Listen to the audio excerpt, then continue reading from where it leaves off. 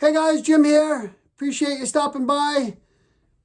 I've got a bunch of pickups I've been making lately that I want to share with you guys.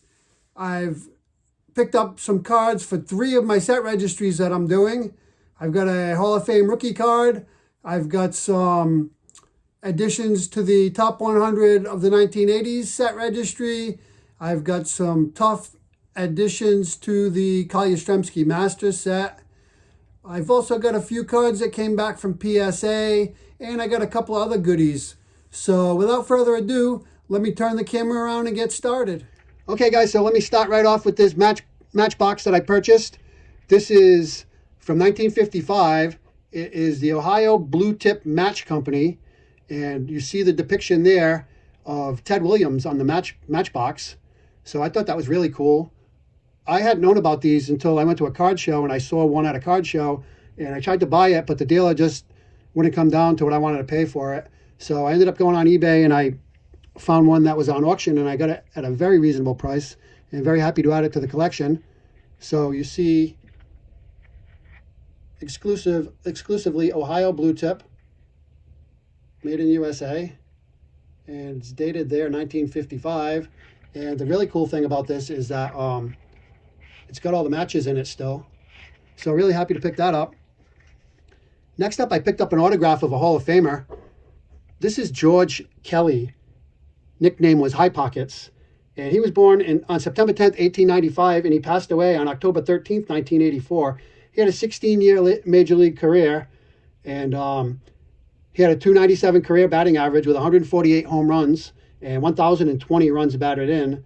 And he was the National League RBI leader in 1920 and in 1924. And he was also the National League home run leader in 1920. He was elected to the Hall of Fame in 1973, and it was actually a very controversial selection. He was elected by the Veterans Committee, and there was claims of cronyism because 2 of his former teammates were on the Veterans Committee. And he didn't really have great stats. Many people don't believe he should be in the Hall of Fame. In fact, baseball historian Bill James in 2001 cited Kelly as the worst player in the Hall of Fame. And I would kind of agree with that. I mean, only 1,020 RBIs, and his career WAR was 25.9 over 16 years. So to me, that's not Hall of Fame worthy. A lot of people like to cite Harold Baines when they make the argument for people that don't belong in the Hall of Fame, but Harold Baines was great compared to this guy's numbers, quite honestly. But nevertheless, he's a Hall of Famer. This is his autograph, and I got it very, very inexpensively from somebody on Twitter, so happy to add it. Next, I've got my 81st addition to the Post-War Rookie Card Hall of Fame set registry. There you see Joe Morgan, and great looking card. I know a lot of you guys, some of you guys don't like rookie cards and think they're overpriced and whatever. I love rookie cards, and I just think that's a great card, a great image there of Joe Morgan, young guy. Love the 45s, Colt 45 caps that they're wearing. And, you know, my feelings towards rookie cards of Hall of Famers is that, you know, Joe Morgan, I mean, without really doing a deep dive, he's got to be in one of the top 3 or 4 greatest second basemen of all time. So to me, you know, I want his first card that was ever produced of him, and that's his rookie card, and now I have it in my collection. And so, like I said, for the post-war Hall of Fame rookie card set registry, there is 115 cards to the set, and this is my 81st edition, so happy with that. Next up, I got a few cards that came back from PSA. I've got 5 cards here total. They were from several different submissions. So here's the first one. This is a basketball card, 1980 Topps. It's not the Julius Erving, Magic Johnson, Larry Bird, unfortunately, but it is a Julius Erving, Magic Johnson, and Jan Van Bredekoff. And I had this in my collection for quite a while, and I just thought it would be nice to get it slabbed. It graded right what I expected at a 6. And I just wanted it slabbed. It's, you know, still Magic Johnson, his rookie card. And of course, Julius Erving was such a great player. And so it's a cool card. I like it. I'm happy to have slabbed it up. And it's going to make a nice addition to my basketball collection, my ever-growing basketball collection at that. And so there's that one. Next, I've got the 1953 Topps Pee Wee Reese that graded out to a 3.5. And it's just a great looking card. It looks really good for a 3.5. I expected maybe a 4 to 5 on this, so it came in a little lower than I had thought, but I don't know. PSA hardly ever gives out half grades, but here they are for some reason with the 3.5. Really don't care. I mean, I think I paid less than $30 for this card at my LCS, and it cost me $19.50 to slab it. It looks great in the slab, and even at a 3.5, the retail value on this card is like $120 to $130. So I'm well ahead of the game on that, and it's only going in my collection anyway, so don't really care about the value, but just in case anyone's interested, here's what the back looks like. Next up, I was going to do a run of 68 Topps Red Sox contributors to the 1967 Dream Team. I've kind of scrapped that idea, but I did get a couple cards graded, and this one was a success. I bought this card on eBay for, I think, like $7. And again, it was $19.50 to grade it, and it came back in 8. And it's just a beautiful card. Elston Howard, he was a great player. Of course, he played for so many years with the Yankees, and then he came over to the Red Sox for that final season of his career in '67, and he was a great veteran presence on that '67 Red Sox Dream Team.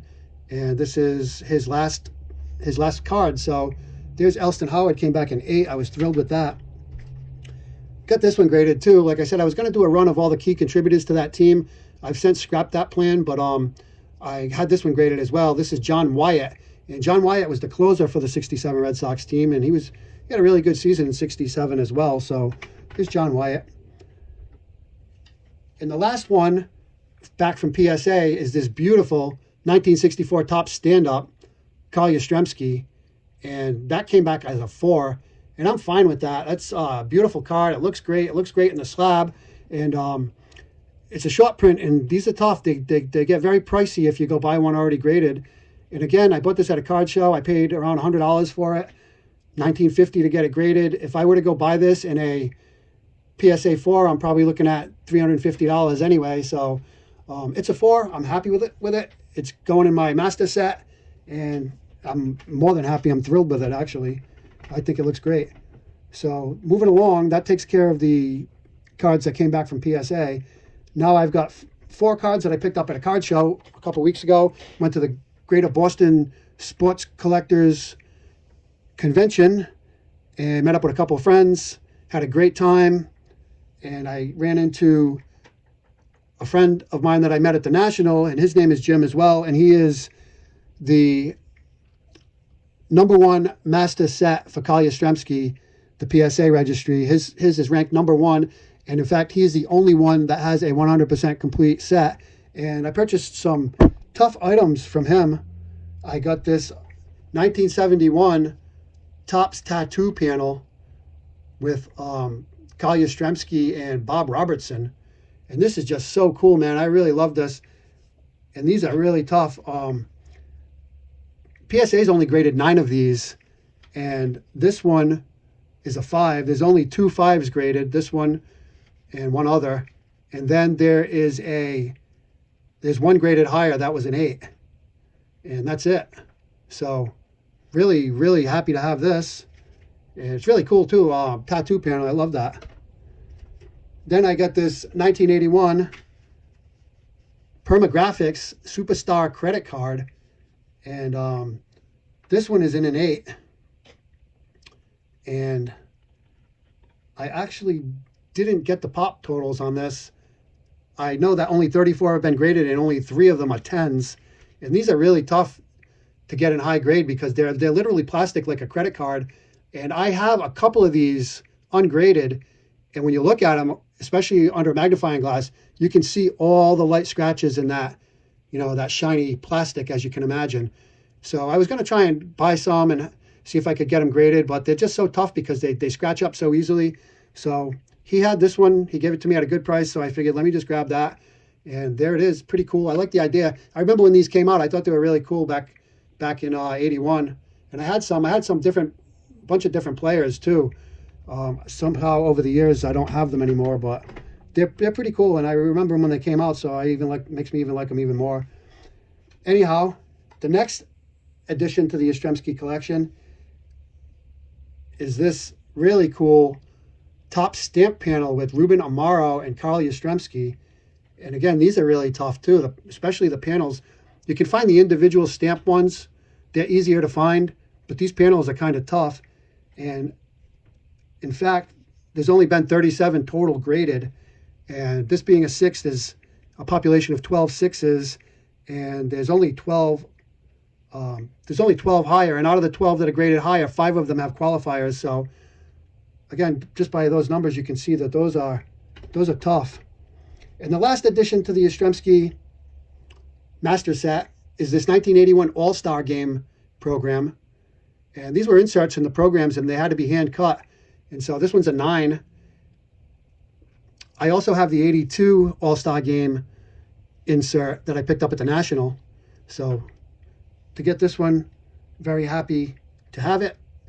There's only 3 9s, and believe it or not, but there's actually 12 10s on this. So don't need a 10. Very happy with the 9. That takes care of the Yastrzemski editions. Next up, I've got 3 cards for the top 100 cards of the 1980 set registry that I'm working on. First of all, I picked up the 1983 O-Pee-Chee, and that's the Tony Gwynn. And I can bookend that with my 1983 Topps Tony Gwynn that I've already got in the set. And so there's that one. And here's what the back looks like. The backs on these O-Pee-Chees are a little bit lighter than the Topps, the backs that are on the Topps cards. So there's the Gwynn. Also got the 1981 Topps Kirk Gibson rookie card. Happy to add that. And this one is a fun card. This is the 1984 Flair Glenn Hubbard with the snake. These are tough too. You don't see these come up very often, and there's been 75 of these total graded, but there's only 19 9s and 16 10s. And like I said, you hardly ever find them. I mean, you can buy them raw, but they find them graded. They don't show up very often. I think a lot of people have them in the sets, and they don't sell them. So that's the cool thing about this 80s set. First of all, it's just full of nostalgia for me, because those were my years when I was really cutting my teeth in the hobby, starting in the early 80s and right through the 80s. And I just have so many memories of these cards and these players. It's just a lot of nostalgia. And the thing of it is I mean, not only do you get great rookie cards in that set, like all the top rookie cards from the 80s are in the set, but there's also fun cards like this in there as well. So really a lot of fun with that. With these 3 additions to that set, that makes 88 of the 100 I have now in my set, and my set has moved up to rank number 8 on the list. So that's pretty cool. Another card that is in the top 100 of the 1980s that you never find graded is this 1982 Kmart. And the attraction to this card is it shows Maury Wills there in a card that was never produced. Of course, due to a contract issue between Maury Wills and Topps, Maury Wills wasn't on a Topps card until 1967. So there he is on a 1962 Topps card. And so I had a bright idea of, because these never come up, I thought I would buy a bunch of them and hope to get one that was worthy of grading to add to this set. And I ended up buying 18 of these things. And I'll tell you, they're tough condition-wise. I went through all 18, and there's not one here that I don't think not one of them would get a 9. I did find 2 that I'm going to send in with the hopes that maybe one of them will get an 8. But I don't know. It's going to be questionable, so we'll see. But anyway, I got all these. I do not need all these. If anybody would like one of these, just let me know. I'd be happy to put it in an envelope, PWE it to you. And that's that. Appreciate you watching. Talk to you all soon. Bye for now.